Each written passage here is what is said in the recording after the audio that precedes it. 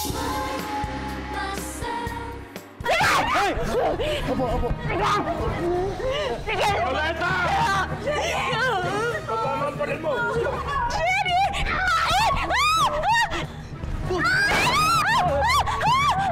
Ano na kaya? Kumusta na kayong partner ko? Joshua! Joshua! Joshua! Joshua! Joshua! He's still in critical condition. Maraming dugo ang nawala sa kanya. Humina ang tibok ng puso niya. He's 50-50 right now. Enjo! Ano nangyari dito? Nagkagulo kasi dito kanina eh. Nalaman na ng lahat yung kagagawa ni Violeta. Oh, Ivy. Dumating ka, anak. Ilalabas mo na ba ako dito? Mommy, sorry, pero non-bailable yung kasong sinampa sa inyo. Anong non-bailable? Handa ako magbayad kahit magkano, Ivy. Mommy, pinapatay niyo si Aling Josefina. Pinagtangkaan niyo pati buhay ni Lolo. Ngayon nasa critical na kondisyon si Joshua. Muntik na siyang mamatay. May laso na rin ni Changi ang isipan mo? Napatunayan ko na kung gaano mo ako kamahal. Kung tatanggapin mo ko, Joshua, handa mo ba akong pakasalan? Mommy? Ivy, Mommy, kumusta na kayo dyan? what I need from you is to get me out of here. Tuloy ang laban, Ivy. At sinisiguro ko sa'yo na mananalo ako sa huli. Pumayag na naman si Jen na magpakasal kay Joshua. Di ba noon pinalaya mo na siya? Sana nung may pagkakataon pa, ipinaglaban ko na si Jenna. At ito ang tatandaan mo. Hindi pa ako tapos sa inyo. Sinusumpa ko, babalikan ko kayong maglolo. Kung kinakailangan isang lakong kaluluwa ko kay Satanas, gagawin ko! Makaganti lang ako sa pinakamamahal mong apo! Sabi ko naman sa'yo, partner eh. Marunong ako magbayad ng utang. Ngayon nakalaya na ako. Humanda si Jenna sa pagbabalik ko. Bilis, bilis! Sabay!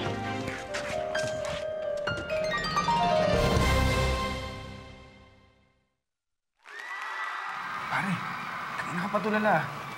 Paano ka lalaban niyo kung wala ka sa kondisyon?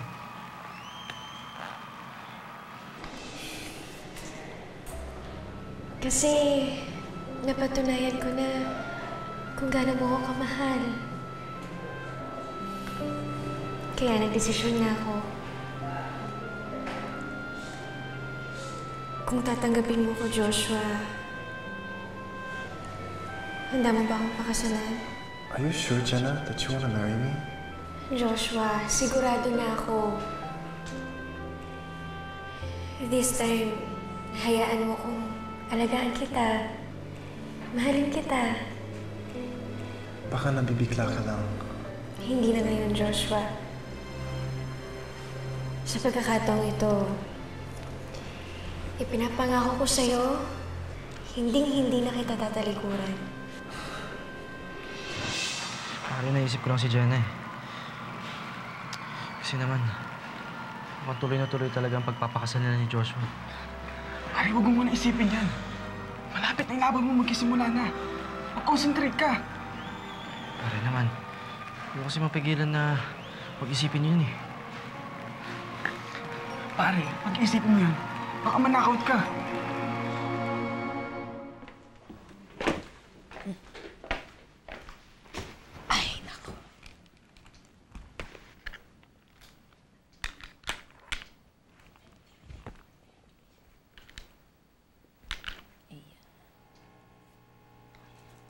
Good evening, ladies and gentlemen. Introducing out of the red corner, 5 feet 4 inches. Jenny? Weighing in at 143 pounds. Jenny? The pride of Jenny, the anak? Filipinos. Bilisan mo si Benjo. Ngayon pa ang laban ni Benjo, oh. Benjamin Benjo Bautista Jr.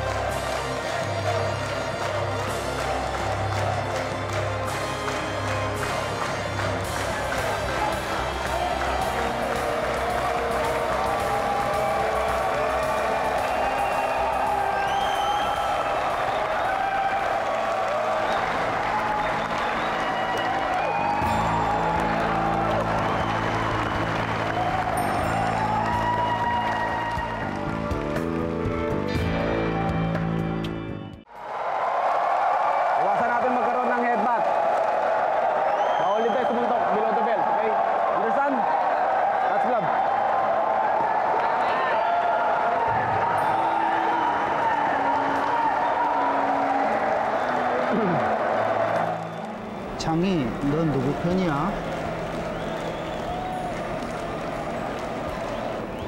당연하지. 유리 사람이니까.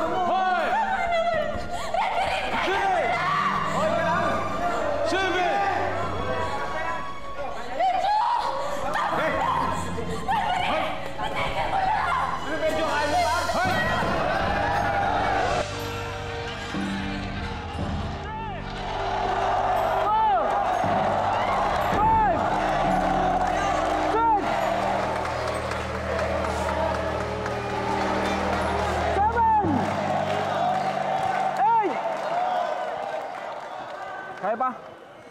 Oh, ready? Fight!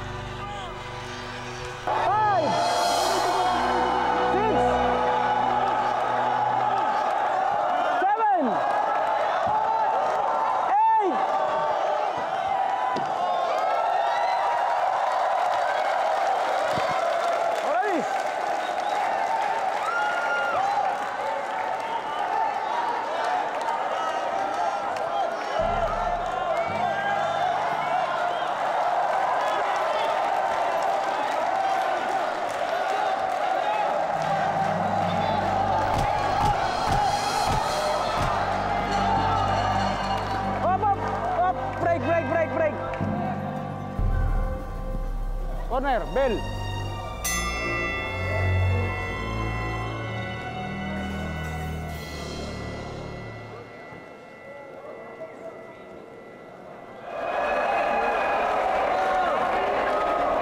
필리핀 선수가 잘하네. 그런데 이 선수 시합에 집중을 못하는 것 같아.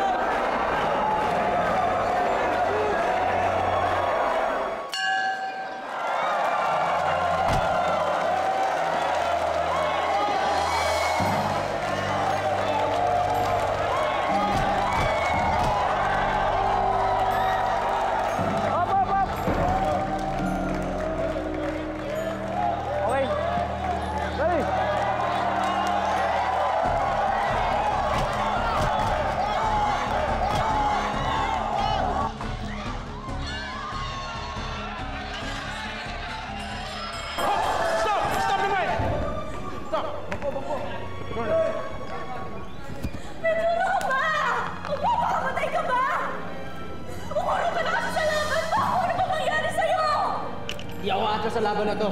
Hindi ako susuko! Hindi! Hindi! Hindi ka lalaban! Hindi sa panahon ito, pahiranin mo lang katigasan ang ulo mo! Alam ko yung ginagawa ko. Alam ko mananalo ako kasi dito ka na. Ito ang inspirasyon ko. Tara na! Ano? Kaya mo yan? Kaya mo pa ba? Oo, kaya mo yan.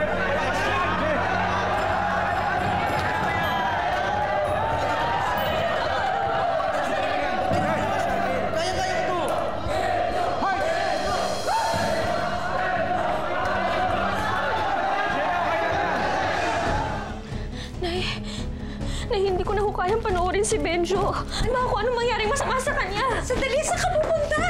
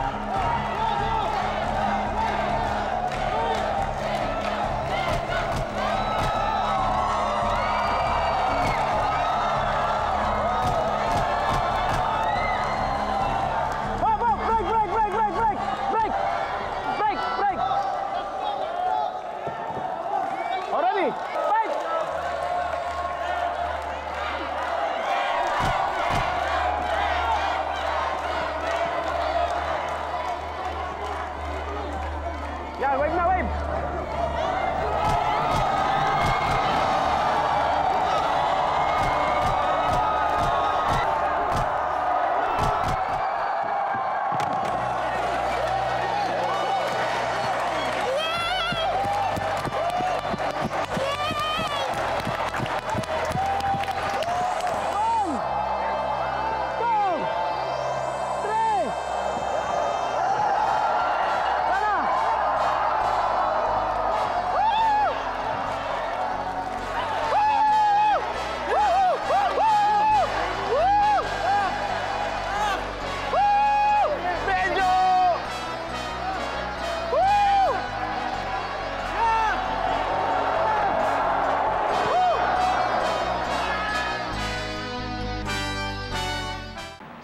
Salamat po sa inyo. Thank you. Saya.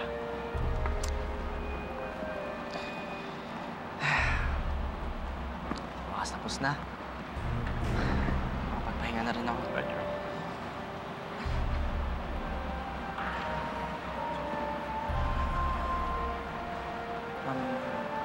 Sir, baka pwede niyo po kami iwan muna saglit.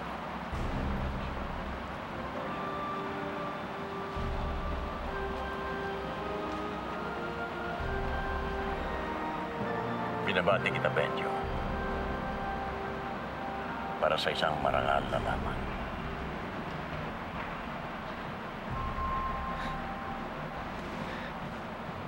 Maraming salamat po. Teka, akala ko po... Galit pa rin ako sa'yo. Kalimutan natin ang nangyari noon. Binabati kita ngayon dahil nakita ko sa iyo ang determinasyong ipaglaban mo ang karangalan ng iyong bansa. Sir Changi, hinahangaan kita, Benjo. Ginagawa ko lang ko yung nararapat. Matuwid na tao ka. Nagkamali ako ng husga sa iyo. Nais ko sanang humingi ng tawad sa iyo dahil sa nagawa ko noon. Ako rin po, Sir Changi. Humihingi po ako ng dispensya sa lahat na nangyari. Muli na po nang maintindihan ko na ginagawa niyo lang po ang lahat para sa kinabukasan ni Jenna. Hangad ko ang iyong tagumpay, Benjo. Jenny! Lolo? Ate Jenna! Bebeng! Lolo, ano kong ginagawa niyo dito? Pinanood ko ang laban ni Benjo.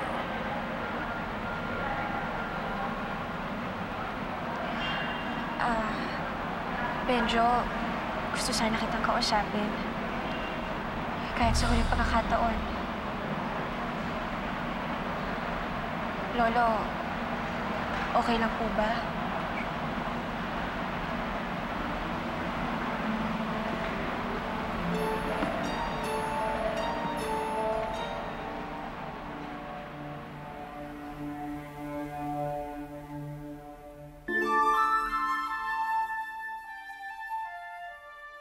Maraming salamat sa pagtakas mo sa akin, ha?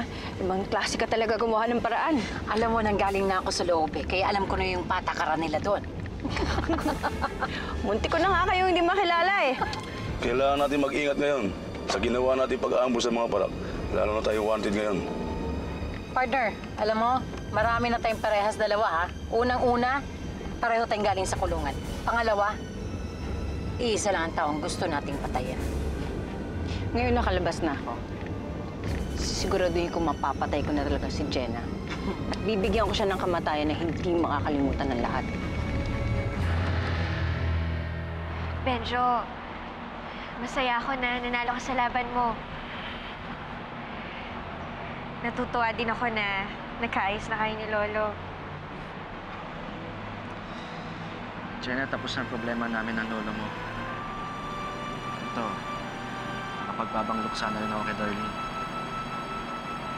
Alam mo, malaya na sana ako pero ikaw naman ngayon ang nakatali kay Joshua. Alam mo na pala ang tungkol sa kasal namin ni Joshua.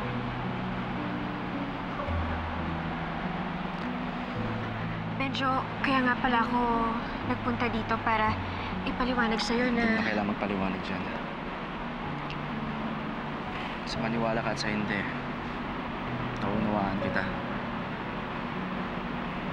Sakit. Sakit na masakit. Pero naiintindihan kita. Ikaw naman ngayon ang nagpunta sa sitwasyong dati kong kinalalagyan. Huwag mo sanang isipin na gumaganti lang ako sa'yo. Jenna, hindi. Hindi naman eh. Pero sana parang boxing din ang pag-ibig. Kahit bubog sarado ka na at sugatan, puro pasa. Kayang-kaya mo pa rin lumaban. Kayang-kaya mo pa rin umabol sa waling round. Hindi na ako makakaulo sa kasal namin. Alam ko, Jenna. Alam ko yun. Hindi ko rin naman hinihiling sa'yo yun eh.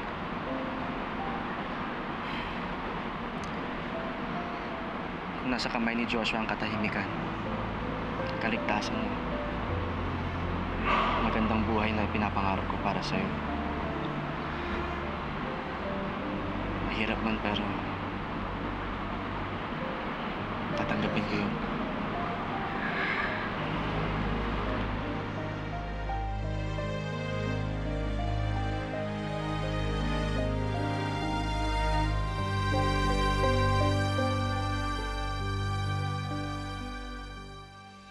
May mga bisita po kayo. Napasugod kayo?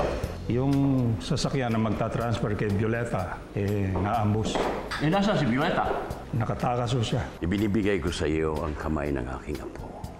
Dahil alam kong magiging maligaya siya sa iyo.